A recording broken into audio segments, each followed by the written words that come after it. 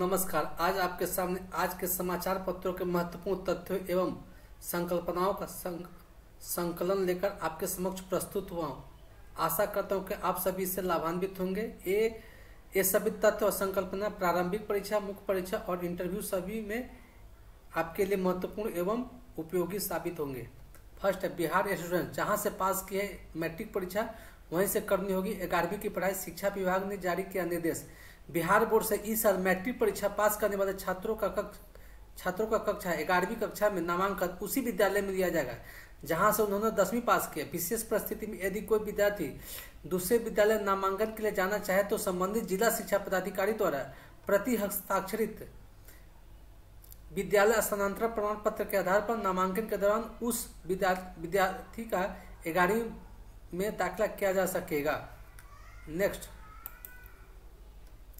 मगध महिला कॉलेज 12 तक चौथे सेमेस्टर में आवेदन। मगध महिला कॉलेज में बीएससी चौथे सेमेस्टर की कक्षाएं 12 मई तक अपना नामांकन ले सकती है। नामांकन फॉर्म कॉलेज की वेबसाइट पर ऑनलाइन मोड में भरा जाएगा। इनकी फीस 170 रुपया है। ऑनलाइन नामांकन फॉर्म भरने के बाद नामांकन शुल्क। नामांकन फॉर्म पहले, दूसरे और तीसरे सेमेस्टर की मार्कशीट की कॉपी के साथ छात्राएं अपने विभाग में जमा करेगी।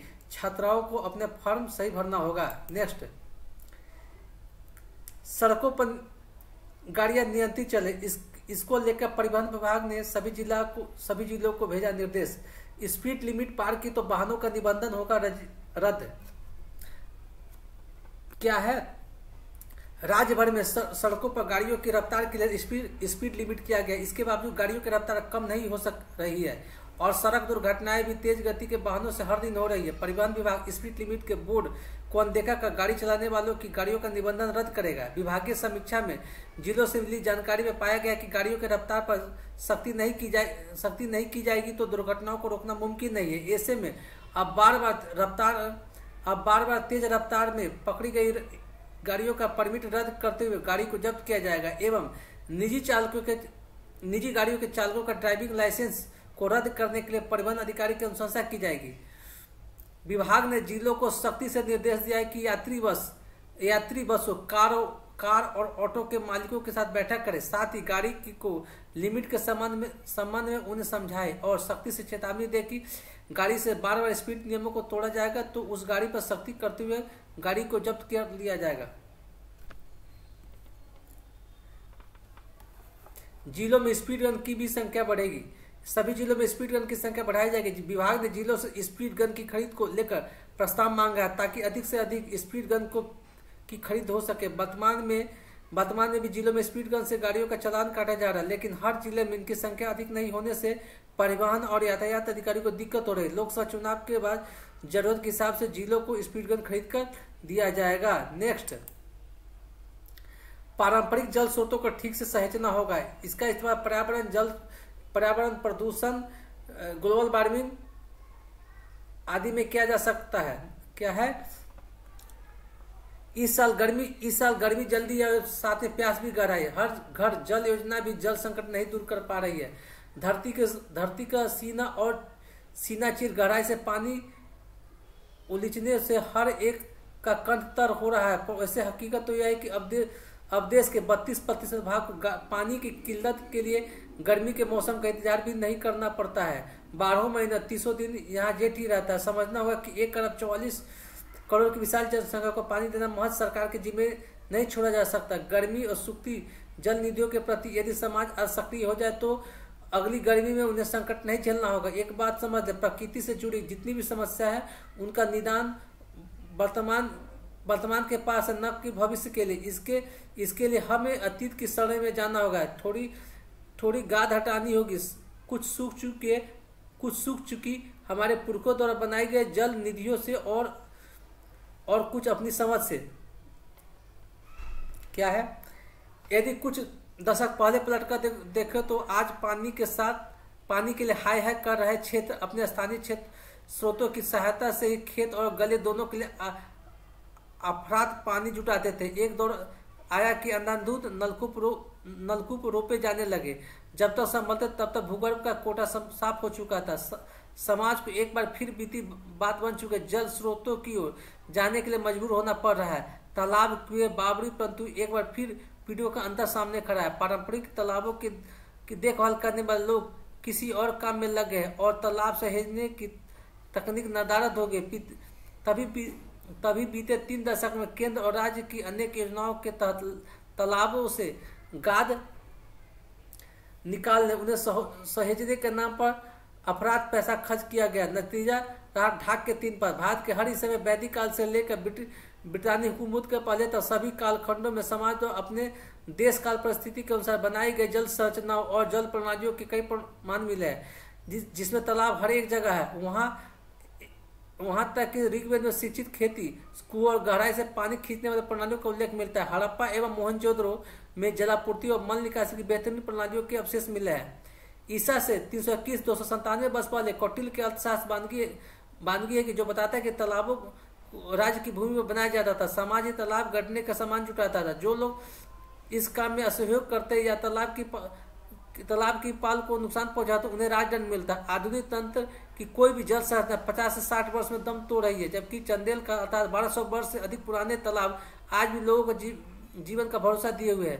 जाहिर है कि हमारे पूर्वजों की समझ सूझबूझ भरी एवं वैज्ञानिक थी। उन दिनों उन्नत जल विज्ञान और कुशल जल विज्ञानी का पूरा समाज था जो मिट्टी और जलवायु की बेहतर समझ रखता था।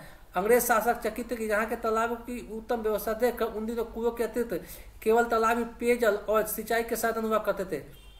फिर आधुनिकता की आंधी में सरकार और समाज दोनों ने तालाबों को लगभग बिसरा दिया। अब जब आंख खुली तब तक बहुत देर हो चुकी थी। तालाबों की सफाई और गहरीकरण अधिक खर्चीला काम नहीं है, नहीं इसके लिए भारी भरकम मशीनों की जरूरत होती है। तालाबों में भरी गाद वर्षों से सड़ रही पत्तियों और अन्य अपशिष्टों के कारण ही उपजी है, जो उम्दा दर्जे की खाद है। किसानों को यदि इस खाद रूपी कीचड़ की खुदाई का जिम्मा सौंपा जाए तो सहर्ष राजी हो जाते हैं।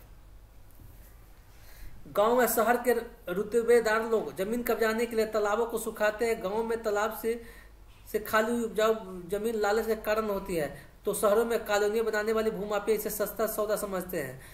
समाज और सरकार पारंपरिक जल स्रोतों, कुओं, बावड़ियों और तालाबों में गाद होने की बात करता है, जबकि हकीकत में गाद तो उनके माथे पर है। सदा नीरा रहने वाली बावड़ी कुओं को बोरवेल और कच्चे ने पाट दिया तो तालाबों को कंक्रीट का जंगल निकल गया। एक तरफ प्यास तो से बेहाल होकर अपने गांव छोड़ते लोगों की हकीकत है, तो दूसरी ओर पानी का खुद भंडार। यदि जल संकटग्रस्त क्षेत्रों के सभी तालाबों को मौजूदा हालात में भी बचा लिया जाए तो वहां के हर इंच खेत की सिंचाई, हर खंड को पानी और हजारों हाथों को रोजगार मिल सकता है। एक बार मरम्मत होने के बाद तालाबों के रखरखाव का काम समाज को सौंपा जाए। 2 वर्ष पहले केंद्र सरकार ने देश के सभी तालाबों का सर्वेक्षण करवा क्रांतिकारी काम किया है। जब तक सहेजे गए तालाबों का उपयोग समाज के हर दिन की जल जरूरत के लिए नहीं होगा, तब तक समाज को इन तालाबों का जिम्मा नहीं सौंपा जाता। तालाब की विरासत को स्थापित नहीं किया जा सकता। इस लेख में जल संरक्षण के लिए तालाबों की क्या महत्ता होती है उसके बारे में विस्तार से बताया गया है। नेक्स्ट, यौन उत्पीड़न से निपटने के लिए पोस्ट नीति की मंजूरी। इसका इस्तेमाल आप महिला सुरक्षा वाले, सामाजिक सुरक्षा वाले चैप्टर में कर सकते हैं। अपनी कार्यकारी समिति के सदस्य दीपक शर्मा के खिलाफ शारीरिक उत्पीड़न के आरोपों से आहत अखिल भारतीय फुटबॉल महासंघ ने बुधवार को AIFF यौन उत्पीड़न रोकथाम पोस्ट नीति को मंजूरी दी और उसे तत्काल प्रभाव से लागू करने का फैसला किया। राष्ट्रीय महासंघ ने बयान में कहा कि AIFF कार्यकारी समिति ने इस मामले में गहन विचार विमर्श करने के बाद यह फैसला किया। AIFF पोस्ट नीति का उद्देश्य फुटबॉल समुदाय के अंदर सुरक्षित और समावेशी वातावरण सुनिश्चित करना है। यह पोस्ट अधिनियम 2013 पर आधारित है तथा इसे AIFF all India football federation की कानूनी टीम ने अच्छी तरह से जांचा परखा है। यह फैसला शर्मा पर लगाए गए शारीरिक उत्पीड़न के आरोपियों को कुछ सप्ताह बाद आया है। शर्मा कार्यकारी समिति के सदस्य तथा हिमाचल प्रदेश के फुटबॉल क्लब खाद HC के मालिक है। उन पर 2 महिला फुटबॉल खिलाड़ियों ने 28 मार्च की रात को नशे की हालत में शारीरिक उत्पीड़न करने का आरोप लगाया था। उसके बाद गोवा पुलिस ने शर्मा को गिरफ्तार कर लिया था। बाद में उसे जमानत पर छोड़ दिया गया था। पोस्ट नीति, क्वेश्चन पूछ सकता है कि पोस्ट नीति किस खेल से संबंधित है, तो पोस्ट नीति भारतीय फुटबॉल से संबंधित है। AI, इसमें ये दो शब्द है, AIFF। AIFF का full form all India football federation. Next, भारतीय वन सेवा के लिए 147 उम्मीदवारों का चयन भारतीय वन सेवा अखिल भारतीय सेवा के तहत आता है। भारत में 3 अखिल भारतीय सेवा है, IAS, IPS और IFS। IFS मीन्स भारतीय वन सेवा, not for Bharat Indian foreign service, भारतीय विदेश सेवा। भारतीय विदेश सेवा अखिल भारतीय सेवा में नहीं आता है, बल्कि वो केंद्रीय सेवा के तहत आता है। संघ लोक सेवा आयोग द्वारा बुधवार को घोषित नतीजों के मुताबिक भारतीय वन सेवा इंडियन फॉरेस्ट सर्विस के लिए 147 उम्मीदवारों का चयन किया है। चयनित अभ्यर्थियों में समान श्रेणी के 43, EWS के 20, OBC के 51, अनुसूचित जाति के 22 और अनुसूचित जनजाति के 11 उम्मीदवार शामिल है। जिन अभ्यर्थियों का चयन हुआ है उनको बेस्ट ऑफ लक। 5 साल में शहरी टीकाकरण में 4 गुना वृद्धि। क्या है बिहार में टीकाकरण की क्या उपलब्धियां हैं, उसके बारे में इसमें बताया गया है। बच्चों के टीकाकरण को लेकर अस्पतालों में बनाए गए मॉडल इम्यूनाइजेशन कॉर्नर के नए प्रयोग ने 9 माह से साल भर के शहरी बच्चों के टीकाकरण की गति और कवरेज में वृद्धि दर्ज की गई है। इस मॉडल के कारण 5 साल के दौरान टीकाकरण में 4 गुना से अधिक की वृद्धि दर्ज की गई है। राज्य स्वास्थ्य समिति के कार्यपालक निदेशक सुहर्ष भगत ने बताया कि स्वास्थ्य महकमे की इस नई पहल ने शहरी स्लम बस्ती में रहने वाले परिवारों और उनके बच्चों का जीवन सुरक्षित किया है। राज्य के अभी 27 शहरों में ऐसे 90 मॉडल इम्यूनाइजेशन कॉर्नर की सेवाएं बहाल की गई है। बस 2019-20 में पहली बार एक कॉर्नर बने तो पहले साल में 23,671 बच्चों का टीकाकरण किया गया। 5 साल में यह आंकड़ा बढ़कर 2023-24 में 1,01,227 से पहुंच गया। राज्य में इसके अतिरिक्त 106 शहरी प्राथमिक स्वास्थ्य केंद्रों पर भी टीकाकरण केंद्र काम कर रहा है। सूबे के राष्ट्रीय शहरी स्वास्थ्य मिशन के राज्य कार्यक्रम अधिकारी मोहम्मद मसूद आलम ने बताया कि मॉडल इम्यूनाइजेशन कॉर्नर के माध्यम से पहले बस 23,671 बच्चों का, दूसरे साल 49,443 बच्चों को टीकाकरित किया गया। कोविड काल ने मॉडल इम्यूनाइजेशन कॉर्नर के काम पर भी प्रतिकूल असर डाला।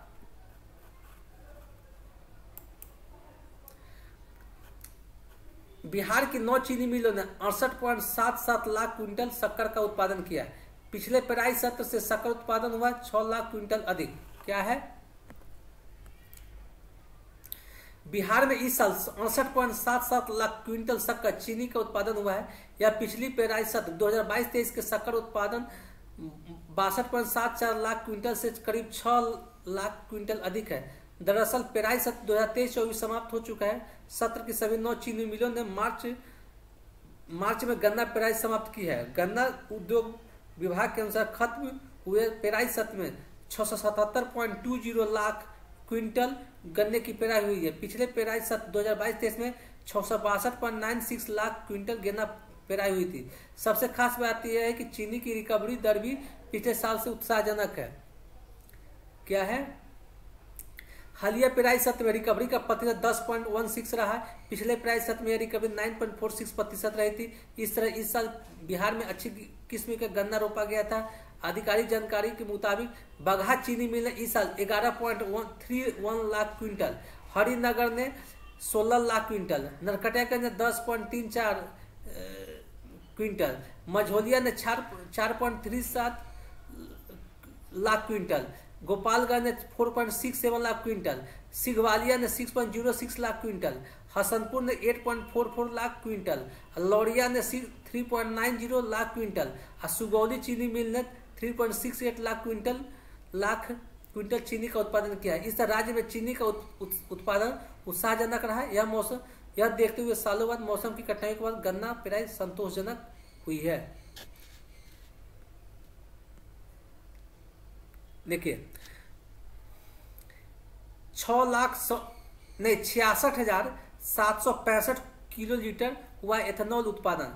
बिहार की चीनी मिलों ने पेराई सत्र 2023-24 में 66,765 किलोमीटर एथेनॉल उत्पादन किया है। हालांकि यह पिछले साल की तुलना में कुछ कम है। पिछले पेराई सत्र में 69,131 किलो लीटर इथेनॉल उत्पादन हुआ था। बगहा में इथेनॉल का उत्पादन नहीं किया गया। हरिनगर चीनी मिल ने 20,940, नरकटियागंज में 14,672, सिघवालिया में 10,892 और लौरिया चीनी मिल ने 8306 किलो लीटर इथेनॉल का उत्पादन हुआ है। शेष चीनी मिलों में नाम मात्र के लिए इथेनॉल का उत्पादन किया है। हालिया पेराई सत्र 2023-24 में बगहा चीनी मिल 136 दिन, हरिनगर 128 दिन, नरकटियागंज 127 दिन, मझौलिया 117 दिन, गोपालगंज 112 दिन, सिगवालिया 126 दिन, हसनपुर 143 दिन, लौरिया 131 दिन, सुगौली चीनी मिल 132 दिन चली है। देखिए, चीनी मिलों में उत्पादन से संबंधित स्पेशल फैक्ट क्या है। चीनी मिलों में चीनी और इथेनॉल के अलावा मोलासेस और बिजली उत्पादन भी किया जाता है। चालू पेराई सत्र में इनका उत्पादन इस प्रकार है। राज्य की 9 चीनी मिलें ने हालिया सत्र में 2.70 लाख मेगावाट बिजली उत्पादन किया है। पिछले सत्र 2.34 लाख मेगावाट हुआ था। राज्य की चीनी मिलें अपनी जरूरतों की काफी बिजली खुद पैदा कर लेते हैं। इसी तरह हालिया सत्र में मोलासेस का उत्पादन 37.68 लाख क्विंटल हुआ है, जो पिछले साल से अधिक है। इसमें कुछ चीनी मिलों के नाम लिखे हुए हैं और यह चीनी मिल किस जिला में है, इसको आपको जानकारी रखना होगा। देखिए, बगहा चीनी मिल आपको पश्चिम चंपारण, हरिनगर चीनी मिल पश्चिम चंपारण, नरकटिया चीनी मिल पश्चिम चंपारण, मझौलिया चीनी मिल पश्चिम चंपारण, लौरिया चीनी मिल पश्चिम चंपारण, गोपालगंज चीनी मिल गोपालगंज, सुगौली चीनी मिल मोतिहारी जिला में स्थित है। नेक्स्ट, आंगनबाड़ी केंद्रों में बच्चों के नामांकन की होगी ऑडिट। राज्य में 1,12,000 आंगनबाड़ी केंद्र संचालित है। इन केंद्रों पर लाखों बच्चों को पोषाहार मिलता है, लेकिन हाल के दिनों में समाज कल्याण विभाग को शिकायत मिली है कि केंद्र पर बच्चों की संख्या कम रहने पर भी केंद्रों में रखे रजिस्टर में बच्चों की संख्या अधिक रहती है। इस तरह की शिकायत लगातार बढ़ने के बाद विभाग ने राज्यों में केंद्रों की एक ऑडिट कराने का निर्णय लिया है, जिसमें जनप्रतिनिधियों के साथ साथ आम लोग को भी जोड़ा जाएगा। यह एक तरह का सोशल ऑडिट होगा, जिसमें सरकारी अधिकारियों की भागीदारी कम से कम होगी और निजी क्षेत्र के लोगों से ऑडिट कराया जाएगा। विभाग ने पूर्व में ही निर्णय लिया था कि जिस केंद्र पर बच्चों की कम होगी उस केंद्र को दूसरे केंद्र में शिफ्ट कर दिया जाएगा, लेकिन इस निर्णय के बाद अब तक किसी भी केंद्र को दूसरे केंद्र में कम बच्चा रहने पर चेंज नहीं किया गया। देखिए, इसका इस्तेमाल आप ICDS योजना में क्या मानी कि भ्रष्टाचार चल रहा है वहां पर कर सकते हैं, या CDPO के प्रारंभिक परीक्षा में या मेंस परीक्षा में इसका इस्तेमाल कर सकते हैं। नेक्स्ट, राज्य के 10 शहरों में 40 केंद्रों पर होगी JEE एडवांस परीक्षा। 17 को जारी होगा एडमिट कार्ड। परीक्षा 26 मई को। JEE एडवांस 2024 के लिए आवेदन करने की प्रक्रिया मंगलवार देर रात समाप्त हो गई। स्टूडेंट सोमवार देर शाम 5 बजे तक आवेदन शुल्क जमा कर सकते हैं। अब तक JEE एडवांस परीक्षा के लिए 1,80,000 से अधिक स्टूडेंट्स आवेदन किया है। आवेदन में त्रुटि सुधार का मौका नहीं दिया जाएगा। JEE एडवांस का एडमिट कार्ड 17 मई को जारी कर दिया जाएगा। परीक्षा 26 मई को 9 से 12 बजे तक और 2:30 बजे से 5:30 बजे तक होगी, अर्थात 2 शिफ्टों में होगी। रिजल्ट 9 जून को सुबह 10 बजे घोषित किया जाएगा। इस बार बिहार में पटना सहित 10 शहरों में परीक्षा केंद्र बनाए जाएंगे। पिछली बार 2023 में JEE एडवांस के लिए 9 शहरों में परीक्षा केंद्र थे। इस बार पटना, आरा, औरंगाबाद, भागलपुर, दरभंगा, गया, मुजफ्फरपुर, पूर्णिया, रोहतास के साथ ही समस्तीपुर में भी सेंटर बनाया गया। इन 10 शहरों में करीब 40 सेंटर बनाए गए। सिलेबस को देख सकते हैं स्टूडेंट्स, वेबसाइट पर किया गया जारी। IIT मद्रास द्वारा आयोजित किए जा रहे JEE एडवांस को लेकर एक बार फिर पुनः सिलेबस जारी किया गया है। परीक्षार्थी वेबसाइट JEE.adb.ac.in पर तीनों विषय फिजिक्स, केमिस्ट्री और मैथ के लिए 2024 परीक्षा के लिए नया पाठ्यक्रम देख सकते हैं। संयुक्त प्रवेश परीक्षा बोर्ड JAB द्वारा तैयार नए सिलेबस के अनुसार JEE एडवांस में अधिक अध्याय होंगे और सिलेबस JEE मेन के समानांतर होगा। नेक्स्ट, 16 मई से होगी PPU पाटलिपुत्र यूनिवर्सिटी की UG सेकेंड सेमेस्टर की परीक्षा, अर्थात 16 मई से होगी पाटलिपुत्र यूनिवर्सिटी की ग्रेजुएशन के सेकेंड सेमेस्टर की परीक्षा होगी। पाटलिपुत्र विश्वविद्यालय की ओर से 16 मई से पटना और नालंदा जिले में स्नातक द्वितीय सेमेस्टर की परीक्षा आयोजित होगी। इसके लिए आवश्यक तैयारी पूरी हो गई है। कुलपति प्रोफेसर RK सिंह के निर्देश के बाद परीक्षा नियंत्रक डॉक्टर मनोज कुमार ने कार्यक्रम भी जारी कर दिया है। परीक्षा नियंत्रक डॉक्टर मनोज कुमार ने बताया कि परीक्षा 16 से 24 मई तक होगी। इसमें 16 मई को दोनों पालियों में मेजर कोर्स इमरजेंसी की परीक्षा होगी। पटना और नालंदा जिले में 66 परीक्षा केंद्र बनाए। इन केंद्रों पर करीब 1 लाख विद्यार्थी शामिल हो गए। 11 को जारी होगा प्रवेश पत्र। एडमिट कार्ड 11 मई को जारी होगा। परीक्षा नियंत्रक डॉक्टर मनोज कुमार ने बताया कि प्रवेश पत्र 11 मई को जारी किया जाएगा। कदाचार मुक्त परीक्षा संचालन के लिए सभी केंद्रों पर पर्यवेक्षक के अतिरिक्त उड़न दस्ता दल की भी प्रतिनियुक्ति की जाएगी। 2 साल से बुन रहा था सपने, बेईमान लोगों ने मेहनत करके उम्मीदों पर पानी फेरा। नीट यूजी 2024 के पेपर लीक की आशंका के बीच छात्रों का दर्द।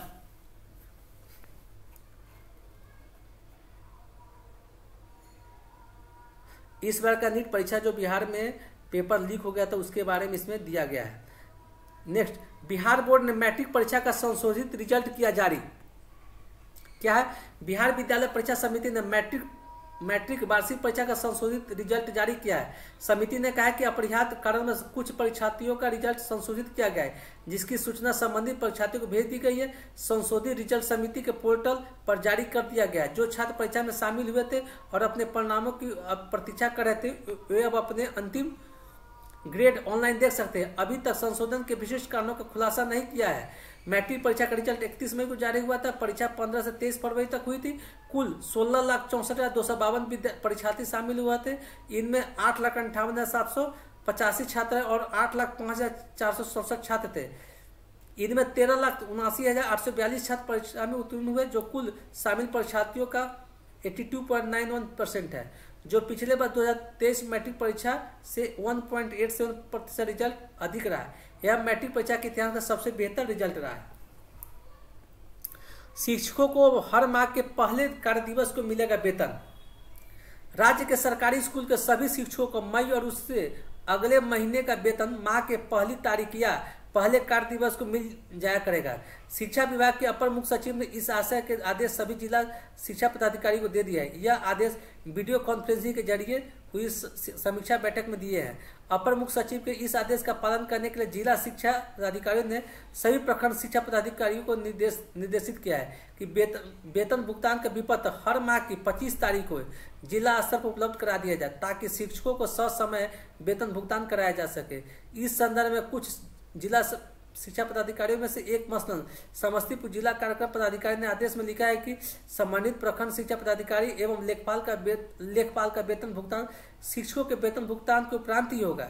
जानकारी के मुताबिक राज्य के अधिकतर शिक्षकों का भुगतान अभी तक लंबित है। इनमें वेतन भुगतान की वजह जिला शिक्षा पदाधिकारी की लापरवाही है। अब बिहार सरकार में नियुक्त सरकारी शिक्षकों को वेतन 1 तारीख को या प्रत्येक मंथ के प्रथम कार्य दिवस को ही वेतन मिल जाएगा। सैम को भारत में सूचना क्रांति का जनक माना जाता है। सैम पित्रोदा को भारत में सूचना क्रांति के जनक माना जाता है। ये आप प्रारंभिक परीक्षा में क्वेश्चन आ सकता है। भारत में सूचना क्रांति के जनक सैम पित्रोदा का माना जाता है।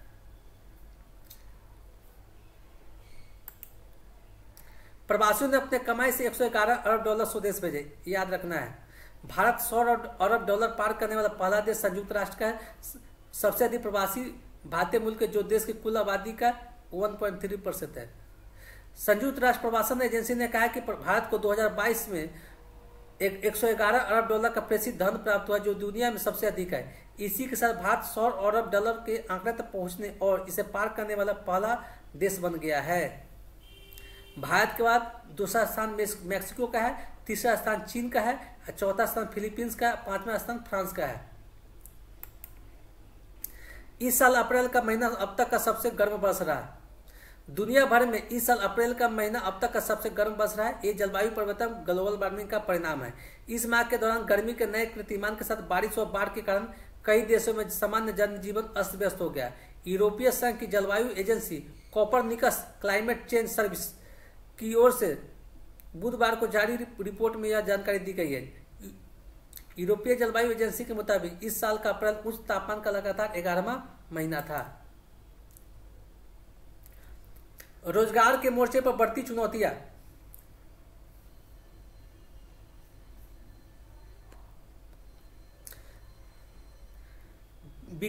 पिछले 2 दशक में भारत के श्रम बाजार संकेतकों में कुछ विरोधाभासी सुधार देखे गए, जबकि देश में रोजगार की बुनियादी दीर्घकालिक विशेषता गैर कृषि क्षेत्रों की अपर्याप्त वृद्धि के कारण वृद्धि की क्षमता पर बनी हुई है। क्या है देख लेते एक बार थोड़ा सा। बेरोजगारी एक बार फिर चर्चा के विषय बन गई। 26 मार्च 2024 को अंतर्राष्ट्रीय श्रम संगठन यानी ILO और मानव विकास संस्थान यानी IHD द्वारा जारी रोजगार रिपोर्ट में भारत में बेरोजगार के प्रतिशत को लेकर कई चौंकाने वाले खुलासे हुए। इस रिपोर्ट के आधार पर देश के कई राजनीतिक दल बेरोजगारी के मुद्दे पर मुखर है। हालांकि इस रिपोर्ट के कुछ निष्कर्ष को गलत समझा या उनकी गलत व्याख्या की गई। इनके आंकड़े मुख्यतः राष्ट्रीय सांख्यिकी सर्वेक्षण संगठन यानी NSSO द्वारा एकत्रित किए गए हैं, जो रोजगार और बेरोजगारी सर्वेक्षण पर आधारित है। इस रिपोर्ट में 4 वर्षों 2000, 2012, 2019 और 2022 का विश्लेषण और उसकी तुलना की गई है। रिपोर्ट में श्रम बाजारों के कुछ प्रमुख सकारात्मक घटनाक्रमों पर भी प्रकाश डाला गया है। इसमें मजबूत रोजगार स्थिति सूचकांक से पता चलता है कि सभी राज्यों में रोजगार की गुणवत्ता में सुधार हुआ है, यद्यपि स्थिति अलग अलग है। इसकी पुष्टि वर्ष 2000 और 2019 के बीच गैर कृषि रोजगार की हिस्सेदारी में वृद्धि से भी होती है, जैसा कि किसी देश की बढ़ती समृद्धि के साथ होता है, और वह अर्थव्यवस्था के संरचनात्मक परिवर्तन की दिशा में एक संकेत देता है। पिछले 2 दशक में भारत के श्रम बाजार संकेतकों में कुछ विरोधाभासी सुधार देखे गए हैं, जबकि देश में रोजगार की बुनियादी दीर्घकालीन विशेषता गैर कृषि क्षेत्रों की अपर्याप्त वृद्धि की क्षमता पर बनी हुई है। इस रिपोर्ट के अनुसार ठेकेदारी प्रथा बढ़ी है, केवल कुछ फीसदी नियमित कर्मचारी दीर्घकालिक अनुबंध के दायरे में आते हैं। कोविड के दौरान वैश्विक मंदी के बीच श्रम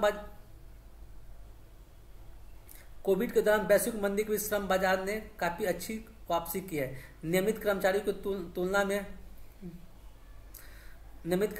तुलना में वर्ष 2019-22 के दौरान भी आकस्मिक कर्मचारियों की मजदूरी में वृद्धि हुई है। वास्तव में निचले समूह के मामलों में अधिक वृद्धि हुई है। कई सामाजिक सुरक्षा उपाय के साथ साथ इसने अत्यधिक गरीबी और अभाव को कम करने में महत्वपूर्ण भूमिका निभाई है। यह भी उल्लेखनीय है कि भले महामारी के दौरान कृषि नौकरियों में भारी वृद्धि हुई है, लेकिन कुल मिलाकर गैर कृषि नौकरियों में भी 2.6% से अधिक की वृद्धि हुई है, जो वर्ष 2012 से 2019 तक हासिल की गई दर से अधिक है। वर्ष 2018 तक बेरोजगारी और अल्प रोजगार की दरें अवश्य बढ़ी है, लेकिन इसके बाद इसमें गिरावट आनी शुरू हुई। बेरोजगारी दर वर्ष 2018 में 6% से घटकर 2023 में 3.2% हो गई है। रिपोर्ट में पिछले 2 दशक के दौरान हुए विकास के साथ साथ महामारी के कारण उभरती रोजगार चुनौतियों को भी रेखांकित किया गया है। इस रिपोर्ट के अनुसार भारत में 83% युवा रोजगार है। यह बेरोजगारी युवाओं विशेषकर शहरी क्षेत्र में शिक्षित युवाओं और महिलाओं में सबसे अधिक है। वर्ष 2022 में कुल बेरोजगार आबादी में युवाओं की हिस्सेदारी सबसे 82.9% थी।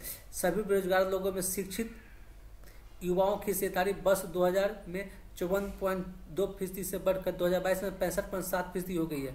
युवा बेरोजगारी मुख्य चुनौती है। शिक्षा प्राप्ति में भारी वृद्धि के साथ भारत में बेरोजगारों की समस्या शिक्षित युवाओं की इर्द ज्यादा केंद्रित होती जा रही है, जो कुल बेरोजगारी का लगभग 2/3 हिस्सा है। यह प्रक्रिया पिछले कई दशक से जारी है। आने वाले वर्षों में शिक्षा की गुणवत्ता में सुधार और निजी क्षेत्र के साथ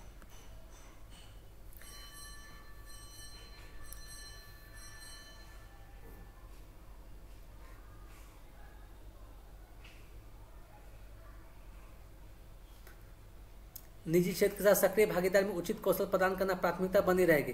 विडंबना है कि 2022 में रोजगार, शिक्षा और प्रशिक्षण में शामिल न होने वाले युवाओं का अनुपात लगभग 28% है, जो काफी अधिक है। इनमें महिलाओं की हिस्सेदारी पुरुषों की तुलना में लगभग 5 गुना अधिक है। इस समूह पर अधिक नीतिगत ध्यान देने की आवश्यकता है। समय के साथ रोजगार की स्थिति में सुधार के बावजूद नौकरियां काफी हद तक अनौपचारिक और कम उत्पादकता बनी हुई है। 90% में अधिक रोजगार अनौपचारिक है और 83% अनौपचारिक क्षेत्र में है। विशेष रूप से नियमित और अनियमित श्रमिकों के निचले तबके के वेतन में वृद्धि और सामाजिक सुरक्षा का मजबूत करना चाहिए। बढ़ती सामाजिक असमानताओं पर प्रकाश डालते हुए रिपोर्ट में कहा गया है कि सकारात्मक कार्रवाई और लक्षित नीतियों के बावजूद अनुसूचित जाति और अनुसूचित जनजाति अभी वेतन नौकरियों तक पहुंच के मामले में पीछे है। अनुसूचित जाति और अनुसूचित जनजातियों की आर्थिक आवश्यकता के कारण कार्य में अधिक भागीदारी, लेकिन वे कम वेतन वाले अस्थायी काम और अनौपचारिक रोजगार में अधिक लगे हुए हैं। सभी समूहों के बीच शैक्षिक उपलब्धि में सुधार के बावजूद सामाजिक समूहों के भीतर पदानुक्रम कायम है। रिपोर्ट में वेतन को लेकर भी कई बातें कही गई। 2019 के बाद से नियमित कर्मचारी और स्वरोजगार वाले लोगों दोनों की कमाई में गिरावट का रुझान देखा जा रहा है। वही अकुशल श्रम शक्ति में भी अस्थायी कर्मचारी को 2022 में उचित न्यूनतम मजदूरी नहीं मिली है। बिहार, उत्तर प्रदेश, ओडिशा, मध्य प्रदेश, झारखंड और छत्तीसगढ़ में रोजगार की स्थिति काफी दयनीय है। रिपोर्ट में यह भी कहा गया कि भारत को कम से कम अगले एक दशक तक जनसांख्यिकी लाभ मिलने की संभावना है। आने वाले वर्षों में मजबूत आर्थिक विकास की संभावना के साथ देश इसका लाभ उठा सकता है। तकनीकी से जुड़े बदलावों ने कौशल और रोजगारों के प्रकारों की मांग को भी प्रभावित किया है। रिपोर्ट के अनुसार उच्च और मध्यम कौशल वाली नौकरियों और गिग अर्थव्यवस्था में युवाओं को बेहतर प्रतिनिधित्व है। हालांकि इन क्षेत्रों में नौकरी की असुरक्षा अभी भी चिंता का विषय बनी हुई है। रिपोर्ट के मुताबिक भारत के युवाओं में बुनियादी डिजिटल साक्षरता के अभाव की वजह से उनकी रोजगार की क्षमता में रुकावट आ रही है। बताया गया कि 90% भारतीय युवा स्प्रेडशीट में फार्मूला लगाने में असमर्थ है। लगभग 60% युवा फाइलें कॉपी और पेस्ट नहीं कर सकते हैं। वहीं 75% युवा किसी अटैचमेंट के साथ ईमेल भेजने में असमर्थ है। रिपोर्ट में कुछ नीतिगत उपायों की भी सिफारिश की गई है, जैसे श्रम आधारित विनिर्माण पर जोर देते हुए उत्पादन और विकास को अधिक रोजगार प्रधान बनाना, रोजगार सृजन सेवाओं और कृषि पर उचित ध्यान देना, नौकरियों की गुणवत्ता में सुधार करना।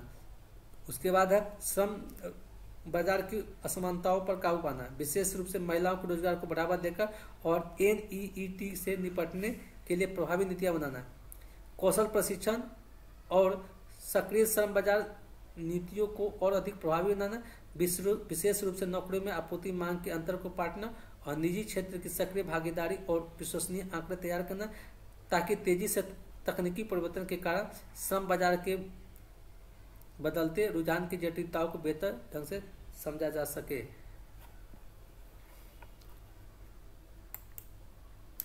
दो कपड़े से इस्त्री पर होता है 200 ग्राम कार्बन उत्सर्जन है। इसका इस्तेमाल आप पर्यावरण प्रदूषण, जलवायु परिवर्तन, ग्लोबल वार्मिंग आदि वाले तथ्यों में कर सकते। क्या है? देश के वैज्ञानिकों ने जलवायु परिवर्तन के खिलाफ अनोखी मुहिम शुरू की है। नई दिल्ली स्थित वैज्ञानिक औद्योगिक अनुसंधान परिषद CSIR ने अपने वैज्ञानिकों और अन्य कर्मचारियों को हर सोमवार बिना इस्त्री वाले कपड़े पहनकर कार्यालय आने का निर्देश दिया है, ताकि करीब 1,25,000 किलोग्राम कार्बन उत्सर्जन से बचा जा सकता है। भारतीय प्रौद्योगिकी संस्थान बम्बई के प्रोफेसर चेतन सिंह सोलंकी ने यह जानकारी दी है। हालांकि वैज्ञानिक औद्योगिक अनुसंधान परिषद ने स्पष्ट किया कि उसके मुख्यालय ने अपनी प्रयोगशाला को ऐसा कोई परिपत्र आदेश नहीं जारी किया है जिसमें कर्मचारियों को इस्त्री किए हुए कपड़े पहनने से बचने को कहा गया है। परिषद ने एक पोस्ट में कहा कि 23 अप्रैल 2024 को पृथ्वी दिवस समारोह के दौरान IIT बम्बई के प्रोफेसर चेतन सोलंकी ने CSIR मुख्यालय में जलवायु घड़ी स्थापित करने के बाद अपने भाषण में ऐसे विचार साझा किए थे। सिलेबटी अच्छी है। पहल का उद्देश्य हर किसी को ऊर्जा बचाने, पर्यावरण की रक्षा करने और जलवायु परिवर्तन के बारे में जागरूकता फैलाने के बारे में याद दिलाना है। एनर्जी स्वराज मूवमेंट के संस्थापक चेतन सिंह सोलंकी ने कहा कि हम हर सोमवार को करीब 125,000 1,25,000 किलोग्राम कार्बन उत्सर्जन कम कर रहे हैं। जलवायु परिवर्तन के सबसे आसान समाधानों में से कुछ न करना है। हमारे रिंकल्स अच्छे हैं अभियान जोड़ पकड़ है। रिंकल्स अच्छे हैं शीर्षक के साथ इस मुहिम को WAH सोमवार नाम दिया है। विचार यह है कि जलवायु परिवर्तन के खिलाफ एक प्रतीकात्मक लड़ाई में लोगों को हर सोमवार को काम पर बिना इस्त्री किए कपड़े पहनने को कहा जाए। उन्होंने कहा कि एक जोड़ी कपड़े इस्त्री न करके हम 200 ग्राम तक कार्बन उत्सर्जन से बच सकते हैं। सोलंकी ने कहा कि हम लाखों लोग एक जैसा करते हैं तो बड़ी मात्रा में कार्बन उत्सर्जन से बचते हैं। यही चलन बन जाता है। अभी हर सोमवार को 6,25,000 लोग इसमें शामिल हो रहे हैं। हम हर सोमवार को करीब 1,25,000 किलोग्राम कार्बन उत्सर्जन से बचे हैं। मैं उम्मीद करता हूँ कि इस वर्ष के अंत तक 1 करोड़ से अधिक लोग इस वाह मंडे अभियान में शामिल होंगे। एक अधिकारी ने बताया कि वैज्ञानिक तथा औद्योगिक अनुसंधान परिषद CSIR अपनी सभी प्रयोगशाला में 10% तक बिजली खपत को कम करने की योजना भी बना रहा है।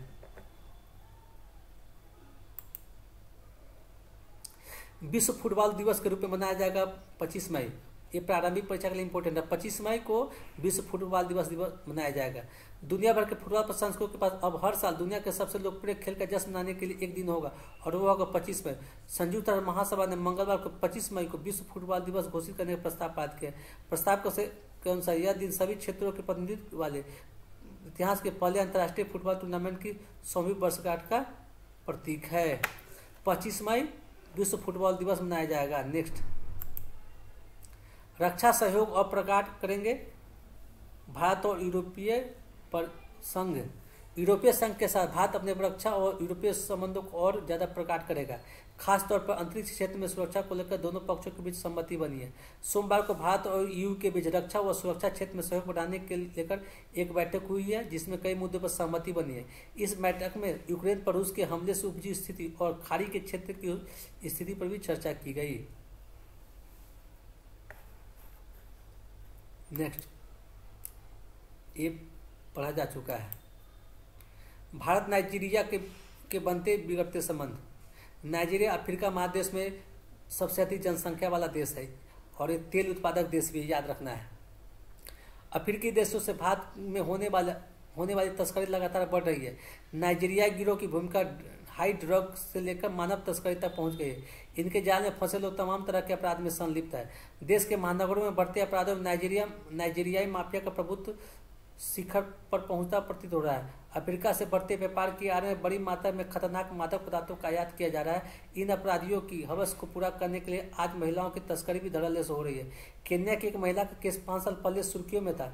संबंधित माफिया ने इसे नौकरी के बहाने भारत बुलाकर दी और मादक पदार्थों के व्यापार में धकेल दिया था। उल्लेखनीय कि अमेरिका, चीन और संयुक्त अरब अमीरात के बाद यूएई के बाद अफ्रीका संघ भारत का चौथा सबसे बड़ा व्यापारिक साझेदार है। लगभग 21% भागीदारी के साथ नाइजीरिया शीर्ष व्यापारिक साझेदार साबित होता है। वित्त वर्ष 2022-23 में दोनों वर्षों के बीच व्यापार 11.8 अरब डॉलर था। यह मुख्य रूप से तेल निर्यातक देश है, जो वर्ष 1971 से तेल उत्पादक कार्टेल ओपेक का सदस्य है। अफ्रीकी संघ से भारत के आयात का करीब 61% हिस्सा ईंधन है। इसके अलावा धातु, कीमती पत्थर, अयस्कों और कांच का भी आयात करता है। आज भारतीय कंपनियों ने नाइजीरिया में 30 अरब डॉलर का निवेश कर रखा है। बुनियादी ढांचे, विनिर्माण, उपभोक्ता वस्तु और सेवा क्षेत्र में निवेश बढ़ रहा है। अफ्रीका के पश्चिमी भाग में 2600 मीटर लंबी नाइजर नदी के बेसिन में फैला नाइजीरिया भी लंबे अरसे तक ब्रिटिश उपनिवेश था। भारत ने नाइजीरिया को 1960 मिली आज़ादी से 2 साल पहले लागोस में कूटनीतिक हाउस शुरू किया था। जवाहरलाल नेहरू सितंबर 1962 ईस्वी में नाइजीरिया का दौरा करने वाले भारत के पहले प्रधानमंत्री थे। बाद में गणतंत्र दिवस समारोह में नाइजीरिया के राष्ट्रपति 1983 में मुख्य अतिथि रहे थे। अटल बिहारी वाजपेयी ने वर्ष 2000 में वहां के राष्ट्रपति को गणतंत्र दिवस समारोह में मुख्य अतिथि के तौर पर शामिल किया था। आर्थिक, सांस्कृतिक और राजनीतिक मंच पर दोनों देशों के बीच लगातार संबंध प्रगाढ़ हो रहा है। ठीक इसी तरह से लगातार नाइजीरियाई गिरोह का अपराध भी बढ़ रहा है। इन अपराधियों की सफलता के 2 महत्वपूर्ण सूत्र हैं। ये लोग आपस में अफ्रीकी बोलियों का ही प्रयोग करते हैं और दूसरे लोगों को अपने गैर कानूनी धंधे में शामिल भी नहीं करते हैं। देश भर में रेप पार्टियों के आयोजकों से इनके तार जुड़े हुए हैं। खतरनाक मादक पदार्थों की आपूर्ति इनके द्वारा भी की जा रही है। भारत में अनेक स्थान पर निरंतर इनके कारनामे सामने आते रहते हैं। इनके कारनामों की वजह से नाइजीरिया के सज्जन लोग किसी और अफ्रीकी देश को अपना बताने को मजबूर है। अफ्रीकी भाषाओं में संवाद करने वाले लोगों का भारत का एक सक्रिय समूह all India Nigerian students and community association कहलाता है। केवल नाम से यह नाइजीरिया है, सही मायनों में यह तमाम अफ्रीकी देशों का एक ऐसा नेटवर्क है जो भारत में सक्रिय है। संगठित अपराधों में लिप्त प्रायः सभी अफ्रीकी इसके सदस्य होते हैं। ऐसे में यह समझना भी मुश्किल नहीं है कि नाइजीरिया दूतावासों की मदद के बिना इन्हें सफलता नहीं मिल सकती है, परंतु दूतावास के अधिकारी अपना पल्ला झाड़कर कर्तव्यों की तीसरी कर लेते हैं। ऐसे में परिस्थितियों को देखते हुए आज की मांग है कि इस तरह के लोगों और नेटवर्क पर पूरी निगरानी रखी जानी चाहिए ताकि इस गिरोह को समाप्त किया जा सके। इसका इस्तेमाल अब भारत अफ्रीका संबंध, भारत नाइजीरिया संबंध में कर सकते हैं। भारत सौर ऊर्जा के उत्पादन में जापान को पछाड़कर तीसरे स्थान पर आया है। भारत बीते साल जापान को पीछे छोड़ते हुए दुनिया में तीसरा सबसे बड़ा सौर ऊर्जा उत्पादक देश बन गया है। वैश्विक ऊर्जा क्षेत्र में काम करे एक शोध संस्थान एम्बर की एक रिपोर्ट में कहा गया है कि भारत 2015 में सौर ऊर्जा के उपयोग के माध्यम 9वें स्थान पर था।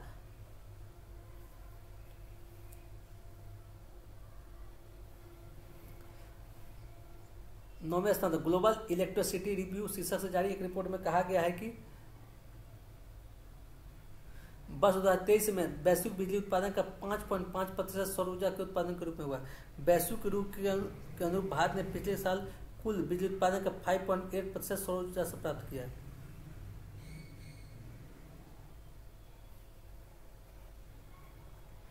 नेक्स्ट, 2030 तक 7% रहेगी विकास दर। मुख्य आर्थिक सलाहकार बोले बुनियादी सुविधाएं डिजिटल इंफ्रास्ट्रक्चर के विकास से यह संभव हुआ। क्या है कि बी अनंत नागेश्वर ने कहा कि विकास दर बनाए रखने के लिए मैन्युफैक्चरिंग में एसएमई की हिस्सेदारी को बढ़ाना होगा, नियमों के भार को कम करना होगा और सप्लाई चेन की मजबूती के लिए बेहतर इंफ्रास्ट्रक्चर बनाना होगा। क्या है, जनसंख्या वृद्धि दर कम होना अर्थव्यवस्था के लिए अच्छी बात है।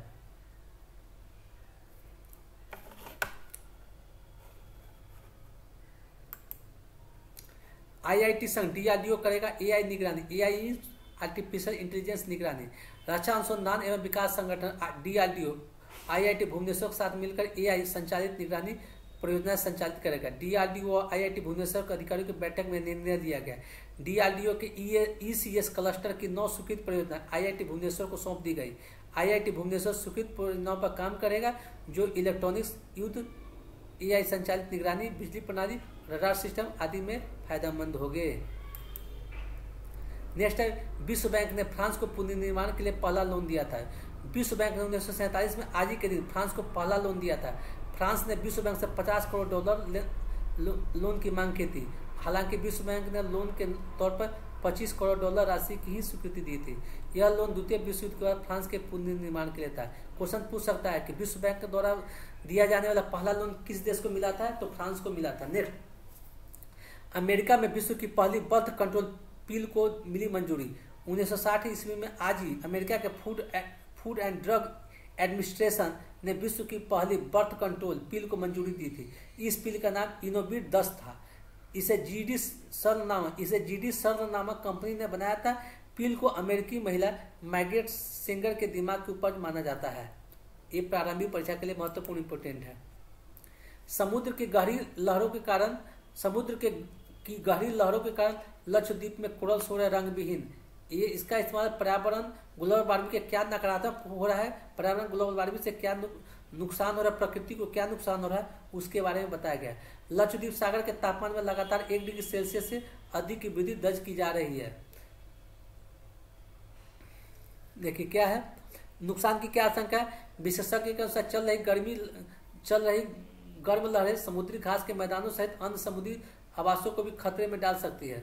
समुद्री गर्म लहरों के कारण प्रकाश संश्लेषण, जैविक प्रजनन कार्य में बाधा देखी जा रही है।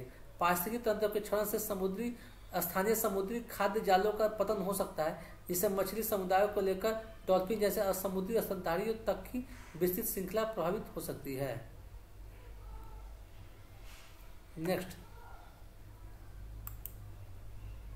अंटार्कटिका में स्टेशन बनाने की जिम्मेदारी एटीसीएम को देगा भारत इस महीने के अंत में कोच्चि में वार्षिक बैठक में अंटार्कटिका के शासकीय प्राधिकरण को बर्फीले महाद्वीप में नया अनुसंधान स्टेशन विकसित करने की अपनी योजना के बारे में जानकारी देगा। 46वीं अंटार्कटिका संधि परामर्शदात्री बैठक और पर्यावरण सुरक्षा समिति की 26वीं बैठक 26-30 मई को कोच्चि में आयोजित की जाएगी, जहां दक्षिणी ध्रुवीय क्षेत्र में अनुसंधान में लगे देश अपनी वैज्ञानिक गतिविधियों के परिणाम साझा करेंगे। पृथ्वी विज्ञान मंत्रालय के सचिव एम रविचंद्रन ने कहा कि हम एटीसीएम को सूचित करने जा रहे हैं कि हम अनुसंधान स्टेशन मैत्री के पुनरुद्धार की योजना बना रहे हैं। पुनरुद्धार का मतलब है कि मैत्री पुरानी है, हमें फिर से निर्माण करना होगा। अंटार्कटिका में भारत के 2 अनुसंधान केंद्र मैत्री और भारती है। 1983 ईस्वी में स्थापित पहला अनुसंधान के दक्षिणी गंगोत्री बर्फ में डूबने के कारण छोड़ना पड़ा था। ये प्रारंभिक परीक्षा के लिए इंपोर्टेंट है। नेक्स्ट है, अल नीनो के प्रभाव से पिघल रहे ग्लेशियर। ये देखिए कि इसमें अल नीनो का क्या प्रभाव हो रहा है या ग्लोबल वार्मिंग का क्या प्रभाव हो रहा है, उसको सचित्र देखा जा सकता है। देखिए, अल नीनो के दुष्प्रभाव के कारण कोलंबिया के बोयाका प्रांत में स्थित रीटाकुबा ब्लैंको ग्लेशियर तेजी से पिघल है और बर्फ की परतों में दरारें आ गई है। यह कोलंबिया की सबसे ऊंची बर्फ से ढकी चोटियों में से एक है। समुद्र के जल के ताप में बढ़ोतरी की वजह से अल नीनो का प्रभाव बढ़ जाता है। इसका एक प्रभाव यह होता है कि वर्षा वाले क्षेत्र बदल जाते हैं। परिणामस्वरूप विश्व के ज्यादा वर्षा वाले क्षेत्रों में कम वर्षा और कम वर्षा वाले क्षेत्रों में ज्यादा वर्षा होने लगती है। नेक्स्ट,